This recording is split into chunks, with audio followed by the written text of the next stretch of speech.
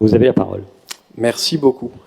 Merci d'abord pour cette présentation qui nous donne pas mal d'informations et nous montre quand même que nos interpellations successives ont réduit un minimum le gigantisme du projet qui avait été présenté, puisqu'initialement, sur les premiers visuels qui avaient notamment été envoyés à la presse, on avait une sorte de gros bloc monolithique du type un peu Jurassic Park. C'est pas la taille qui compte, hein. C'était pas un...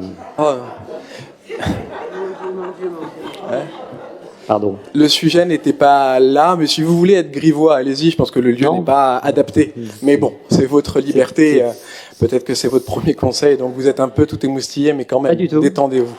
Mais c'était un bassin écologique depuis le début. Non, voilà. Il y avait une présentation qui avait notamment été envoyée aux Parisiens, donc c'est pas moi qui le dis, c'était un article de presse, et donc avec un grand monument monolithique.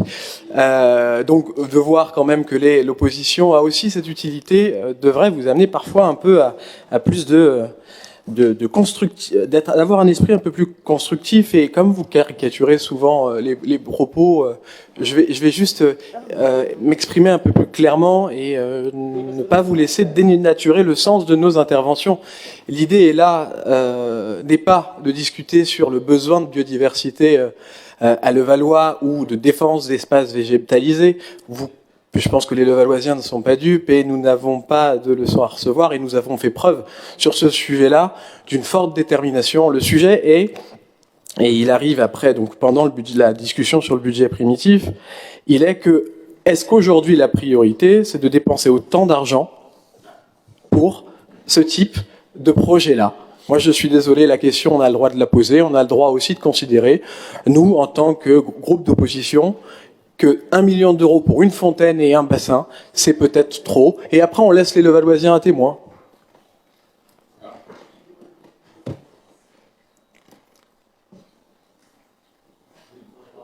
Oui, je voulais prendre la parole sur votre début d'intervention, sur le monolithe dont vous parlez.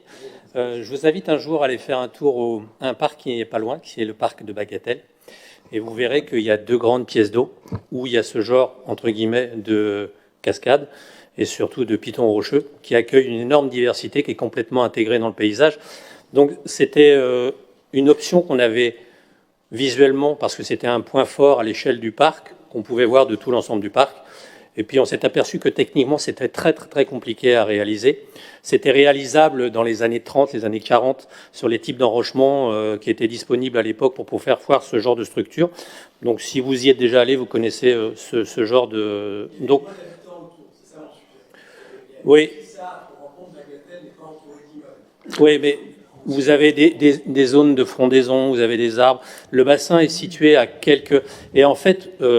la distribution de l'eau faisait qu'on était sur une distribution, non pas en effet de cascade puissante, mais un effet de ruissellement sur le rocher et un effet léger. Et justement, l'orientation à l'époque permettait justement d'éviter cette sonorité tournée vers les bâtiments. Puisque quand vous regardez la première image de départ, la sonorité allait vers le parc et non pas vers les habitations. Voilà. Et nous avons envisagé plutôt quelque chose de plus à plat, avec une plus grande perspective, de vue. Voilà, c'est pour ça qu'à un moment, s'est fait le choix et de dire d'enter de ce piton rocheux. Mais ça aurait été un véritable réservoir de biodiversité, je tiens à le préciser, parce que vous auriez eu énormément d'espèces qui auraient pu nidifier, parce qu'on a énormément d'espèces migratrices qui passent et qui ne peuvent pas justement se poser sur le parc parce qu'il n'y avait pas ce genre de situation. Rappelez-vous, et quand vous regardez les grandes émissions qui sont liées maintenant à la faune, à l'avifaune, vous avez les oiseaux qui vivent sur des pitons rocheux absolument énormes. Alors bien sûr dans des environnements naturels, mais justement le fait d'avoir justement ce bassin nous permettra de raccrocher toute la biodiversité restante du parc dans les massifs floraux, dans les massifs arbustifs, dans les massifs boisés. Et pour votre information, il y a 30 nouveaux arbres, gros arbres qui vont être plantés sur le parc de la Planchette, en plus de cet aménagement. Voilà. Et je pense que et quand on parle d'1 million d'euros, on parle de 800 000 euros de travaux. Voilà, je pense que déjà, on diminue quand même. Parce qu'il y a quand même et ce n'est pas 800 000 euros que payent les Levalloisiens, voilà. Puisqu'il y a des financements départementaux, régionaux, il y a des financements régionaux, bien sûr, qui n'ont rien à voir avec l'argent des Levalloisiens. Il va y avoir des financements de l'agence de l'eau, des financements de la région, des financements du département. Voilà.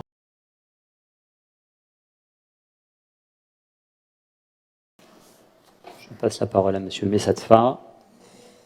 Allez-y. Merci pour une explication de vote, surtout sur les financements des deux projets. Si nous soutenons le financement de la végétalisation du groupe scolaire, nous avons eu l'occasion d'exprimer en amont notre désaccord sur l'utilisation des finances de la ville pour payer cette fontaine à 1 million d'euros. Et je me permets de répondre à Monsieur Chassa, qui amenait souvent et qui parle beaucoup d'aspects nationaux, gouvernementaux, etc. Je tenais déjà donc à lui demander s'il était déjà en campagne, mais d'abord quand même le féliciter pour sa désignation en tant que candidat LR aux élections législatives, et permettez-moi aussi de saluer l'audace de votre parti, les Républicains, d'avoir désigné dans ce moment quelqu'un qui a été condamné à 3 ans de prison, dont 1 an ferme, donc qui a fait appel à... Du couple. Non, mais attendez. Alors, ça fait pas partie. Pardonnez-moi, mais vous n'êtes pas sur la délibération que je viens de présenter. Et j'en profite d'ailleurs pour informer les Levalloisiens que non, vous ne soutenez en aucun cas la végétalisation des toitures du groupe scolaire Maurice Ravel, puisque vous n'avez pas voté pour le budget. Donc vous êtes systématiquement contre tous les projets. Si, monsieur.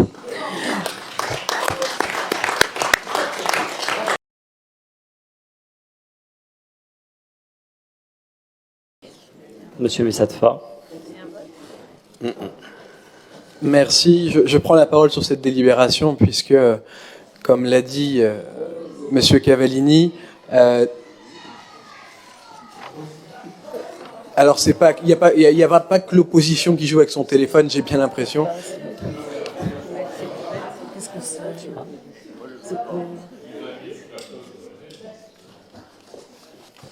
Alors je continue mon propos. C'est un sujet que nous avons abordé et que nous avons amené sur la table plusieurs fois au Conseil. Nous sommes ravis que les choses aboutissent, et si nous parlions, si nous questionnions, c'était pas de l'impatience, c'était juste je pense le rôle des élus de défendre aussi des personnes qui, pendant plusieurs années, depuis l'incendie, ne peuvent pas exploiter leur affaire, et en même temps sont obligés de payer des gardiens parce qu'il y a des questions de sécurité à préserver. Et donc maintenant, cela ne nous a pas échappé, Monsieur Messatfa. C'est pour ça que l'offre de la ville a été assez largement augmentée lorsque tous ces éléments ont été portés à notre connaissance. Eh bien, c'est pour cela que nous voterons pour. Très bien. Donc, on passe au vote. Donc, plus de suspense, on passe au vote. Qui est pour? Qui est contre? Qui s'abstient? À l'unanimité. Merci et bravo Jean-Yves.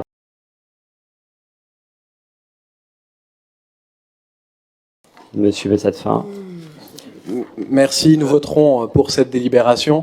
Comme nous ne siégeons pas en tant qu'opposition à l'OPH, je me permets de poser une simple question sur l'augmentation des charges qu'on a pu voir chez les locataires de l'OPH entre 2020 et 2021. On compte en N-1, ça ne m'a pas échappé, notamment sur le nettoyage des locales poubelles qui est passé de 3 000 € à 33 000, et pour le nettoyage des parties communes qui est passé de 4 000 à 66 000.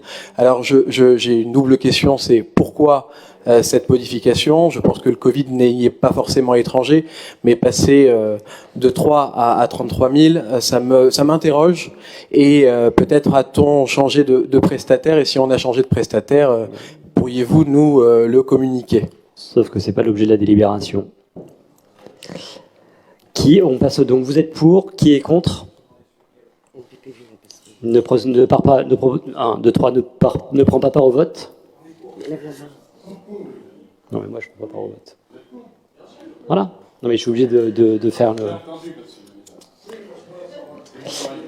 Qui est pour? Voilà. Qui est contre? Qui ne prend pas part au vote? Qui s'abstient?